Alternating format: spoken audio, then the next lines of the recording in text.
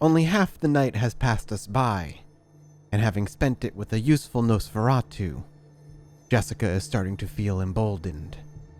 Now her choices are a few other kindred amongst the city, each with varying different possibilities and benefits to their relationship.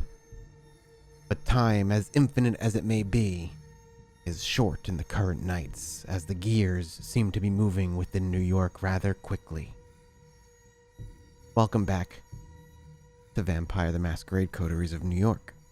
And thank you to everybody who said kind words to the series. This has been a really fun one to just go through. I'm a fan of the world, and I know this is very different than the sandbox style game that I typically play. However, much like I do with those, this is a narrative heavy game, and while I'm not necessarily injecting my own narrative, there's still a lot I love to talk about. I simply love the lore of this particular universe.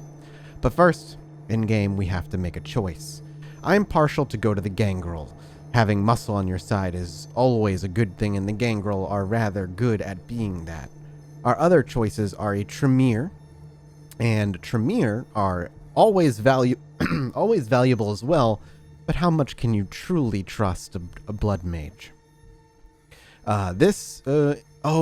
Faith and Myth, Part 1. You've received an invitation to meet a mysterious someone at the Cathedral of St. John the Divine. See that? I'm wondering who this is.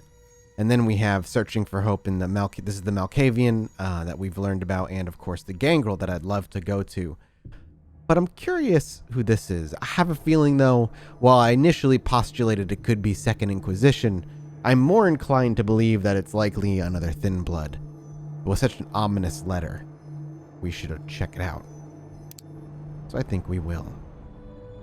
You haven't been to a church since you became a vampire, or kindred, as the euphemism goes. You've had to focus on concrete, practical things like survival and feeding. You've learned the essentials of the vampire existence, but you don't really have a clear idea of what it all means. The Cathedral of St. John the Divine is a New York landmark.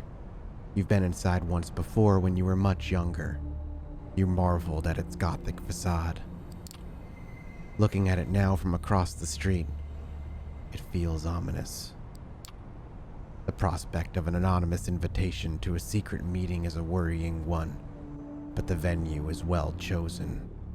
It's hard to imagine a violent attack in a place like this, with eyes everywhere. You enter the cathedral discreetly. You've quickly learned this is an essential skill for a vampire, how to move without anyone noticing you. The full force of the cathedral's architecture hits you as you walk between the pews. If the architect meant to create the feeling of being small in the face of God's glory, mission accomplished. Based on the note, you're assuming that whoever you're meeting is somewhere in the front. As you step closer to the high altar, it feels as if something is dragging at your feet, as if the stone beneath you resisted your movement.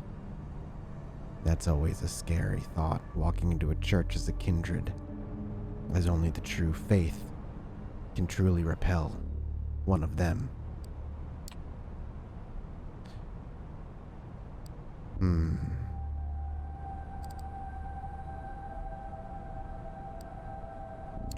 Religion is a superstition. Must be your nerves. As you try to shake the feeling of crushing foreboding, it occurs to you that vampires are a superstition too. There's an old man sitting in the front. You see only the back of his head, bowed down in silent prayer. Your footsteps echo on the floor, and he turns to look at you. You can't take your eyes off him. He's tall, dignified, white hair balding, a few strands escaping the sides. He's wearing glasses and simple clerical clothing.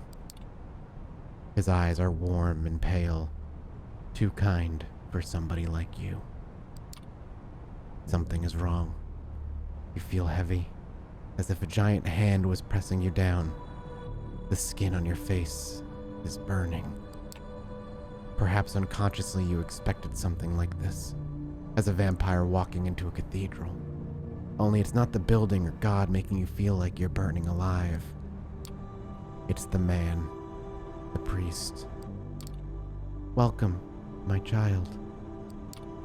The priest's tone is kind, but the rising panic inside is telling you that kindness is not for the likes of you. So, the priest clearly carries true faith, which can be rare even among clerics in this world. True faith is a true belief in the divine, and it doesn't have to be Christianity. True faith of any religion within the World of Darkness world can work on a kindred. You just have to truly believe it in some way, and some being beyond our own existence recognizes all for what it's worth. Then again, perhaps Christianity is the one that is true in this world, as Cain gained his abilities through God, or perhaps all are true in this world. It's just that the most powerful or the most prominent in certain countries like the United States is Christianity. All can be true, and all can be false depending on how you run your game. There is some official lore, of course, but even then, White Wolf keeps it rather vague. Point is, true faith still exists through all faiths. I personally like to believe that the World of Darkness is a world where perhaps all faiths are right in some degree, more like along the lines of Egyptian gods or a pantheon of polytheism. That are the Christianity God is one God, but there are all kinds, and they all exist in some power, fashion, or another. For now, Jessica still believes she has power over this. She confronts the priest. The only way to understand these painful feelings is to push forward and confront the priest. As you step closer to the priest, panic rises inside you. The emotions are hard to control. Fear, anger, pain, all trying to wrestle you in different directions. Away. Can I help you? Are you okay? The priest talks to you like he would a lost vagrant who has chosen to enter the house of God.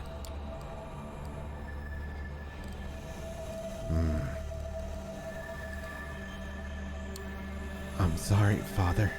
I'm so sorry. In the pain, Jessica relents, apologizes for something she's not sure why. It's all right. Do you wish to pray? It's simply too much. You mutter something incoherent in reply.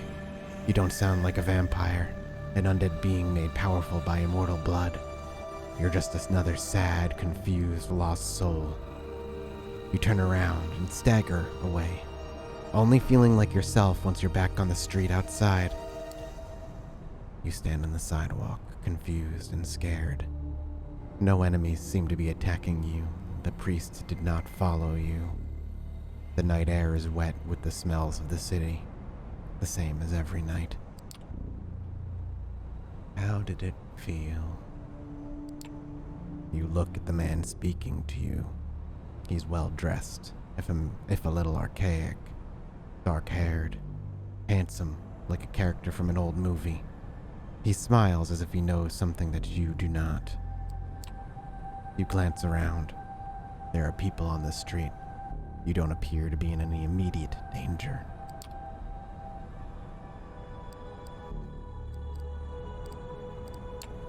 Who the fuck are you? Please calm down.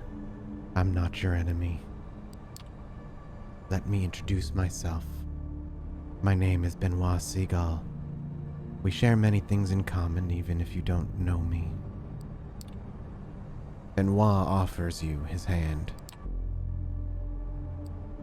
Don't touch strangers. You never know what's going to happen. Benoit's brows rise in surprise, and he returns his hand to his side. Would you mind sitting with me for a moment? Benoit points to a park bench nearby, in darkness because of a broken streetlight. Wary, you decide to follow him. Only an enemy totally unconcerned with the Masquerade would attack you here. Benoit sits down and you follow suit. For a moment, you both contemplate the cathedral in silence. I know how it feels, what you just felt. I have experienced it myself, many times. For a moment, you consider how to respond, but It's clear Benoit sent the invitation to come here and orchestrated this little setup.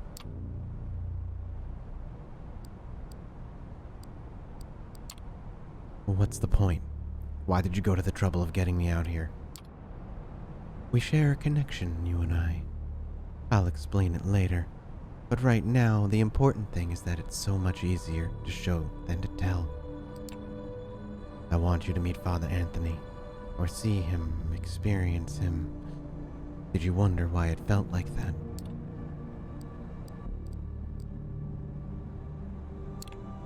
At first, I thought it was because I was in church, but then I realized it came from him, the priest.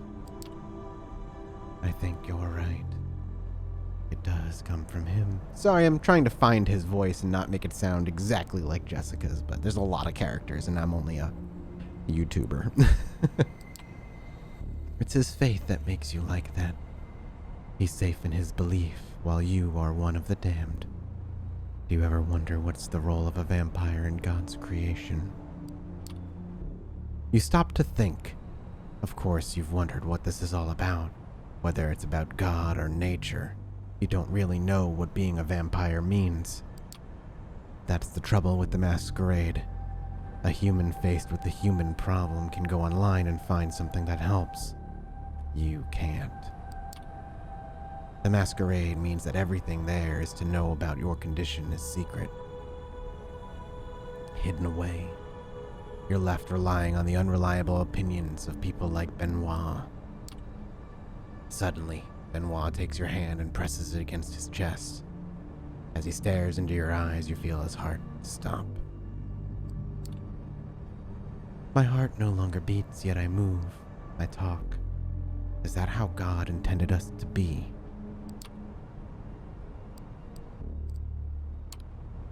Whoa, I don't believe in the supernatural. There's a natural explanation for all this. We just don't know it yet.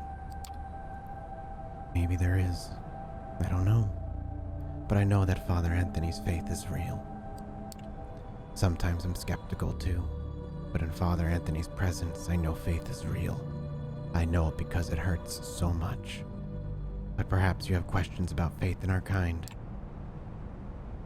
That's very eager of Jessica. Yes! What are we? Perhaps we are divine, not damned. Ooh, an interesting theory that feeds into a lot of other kind of conspiracy theories within this world. How do we know if any of these stories are true? You simply just don't, Jessica, unfortunately. Perhaps none, perhaps all, perhaps some. Perhaps we are divine and not damned. Benoit laughs, and for the first time the aura of bitterness enveloping him lifts.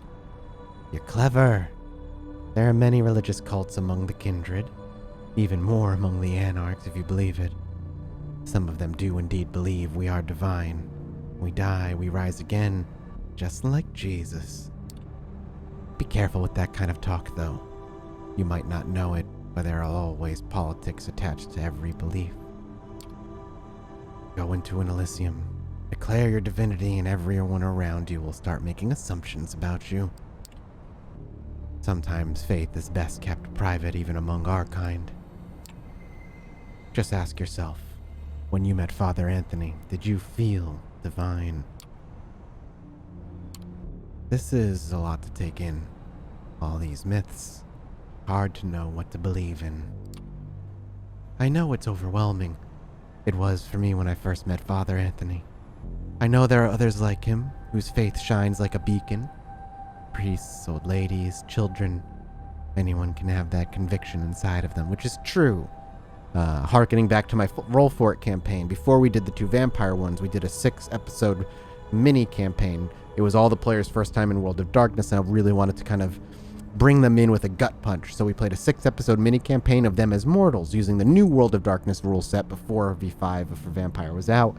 And they all played mortals, and one of the characters, her name was Ida, was an old lady. But she carried true faith. Something the kindred of the current campaign would learn later. I don't like any of these answers as Jessica, honestly. I think I have to go is the best one. I think she has a curiosity. At least I would. pray for guidance. She doesn't. You're working as a capitalist. You're working your way up into high management, potentially CEO, making lots of money. I mean, you can say it to exploit the morals of those who work beneath you, but you know you don't mean it. Not in the world of darkness. I have to go. I can't concentrate when I know the priest is still inside. Yeah, see that? Don't be a weenie. Benoit nods patiently. Let's meet again in a few nights here at the cathedral. We can talk more after you've thought it through. You leave Benoit sitting in the shadow of the cathedral, contemplating what lies within. It would be easier to ignore his words without the reality of what you experienced. Father Anthony was holy. You know it to be true. But what does that mean? My guess might be a Bruja. I don't truly know. But the night is through. But on to the next.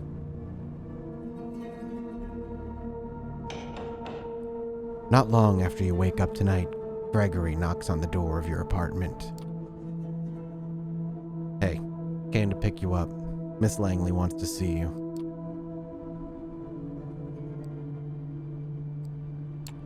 Any idea what she needs me for? I'm not in the position to ask. He smiles politely. The car's waiting. Shall we? You wrestle with the same thoughts as a few nights ago. Maybe you should just leave, disappear, let Sophie find somebody else to employ. But then you remember the anarch thug being cut down by Kadir, and how close you were to the same fate not even a week ago, and that it might still happen if you step out of line. You follow suit. Play the game, Jessica. It's much safer to play the game of the dominating government of the city than it is to think about anything else. As with your previous visit here, Sophie seems not entirely present when you enter. Her eyes are locked to one of the paintings in the room. You're pretty sure it's been here before, but she's behaving as if she's seeing it for the first time in her life, entirely entranced. Gregory clears his throat. Sophie turns to the both of you, a bit of irritation in her countenance, which soon gives way to a pleasant, warm smile. You're here. Excellent. Thank you, Gregory. Her driver leaves, and she turns her attention to you. I hope you had a good few nights and made some new acquaintances, but I have to say, I'm happy to see you, Jessica. Thank you for coming. The change of the mood in the room is so sudden and startling, it makes you consider the true power of vampiric charisma.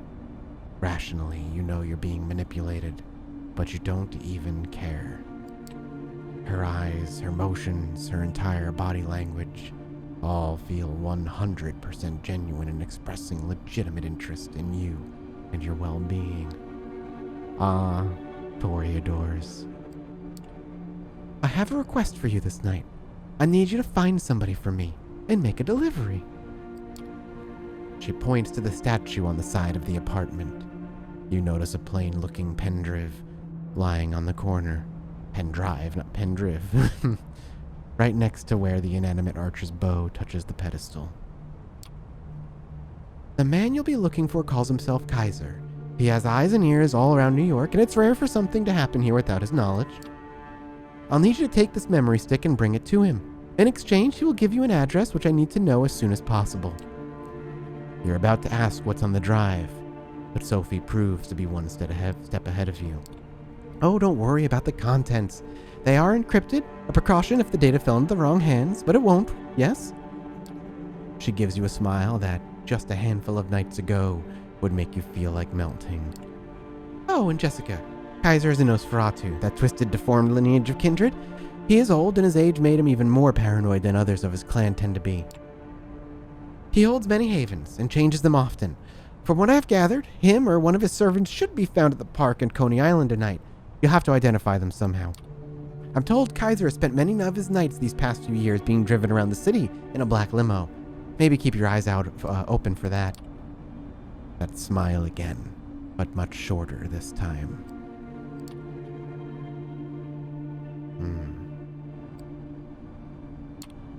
Why do you need to trade with him?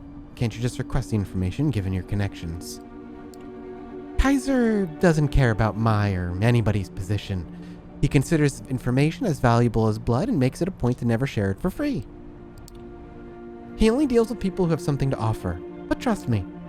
She picks up the pen drive and puts it in your palm. I have more than enough means to grab his attention. She flashes one last smile at you and turns back to the painting, clearly done with the conversation. You pocket the memory stick and head out towards Coney Island. It takes you the better part of an hour to reach the lights and sounds of Coney Island amusement park from the city. The drive is almost pleasant at this time of night. Thank God for Belt Parkway. There's plenty of people here tonight, but nobody who stands out as traveling purveyor of secrets. Then again, if they did stand out, it would have been kind of pointless, right? Nothing to do but figure out the right approach.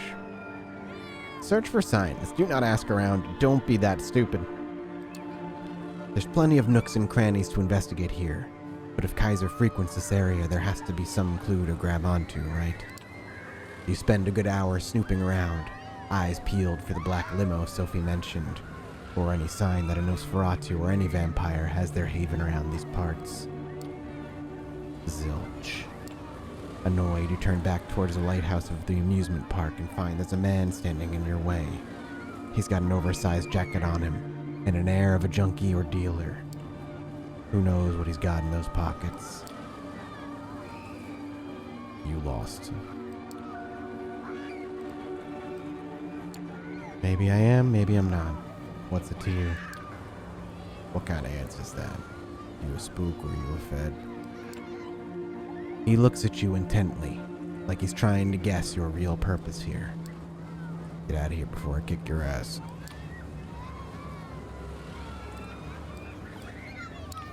You're asking for it. Don't push me. Look who's talking. He doesn't take that well. He reaches into his pocket, produces a gun, you rush him. Bang. The bullet hits you, but you barely notice. What would be a debilitating wound for a mortal is just a scratch for you. Shame about your clothes, though. It takes a bit of brawling. The man's stronger than you'd expect. But using your powers, you're able to overcome him. With a few hits to the jaw, the man passes out from the pain. Searching him, you find a fancy phone which doesn't look like anything readily available on the market. It's locked, but a recent smudge on the screen gives you a rough idea of what combination might be. You get it right on the second try. There's just one number in the phone book, unlabeled. You choose it, hear someone pick up. The voice is like a rusty pitchfork shoveling gravel. Jackie, you messed up my stuff this session here. Gotta be something big.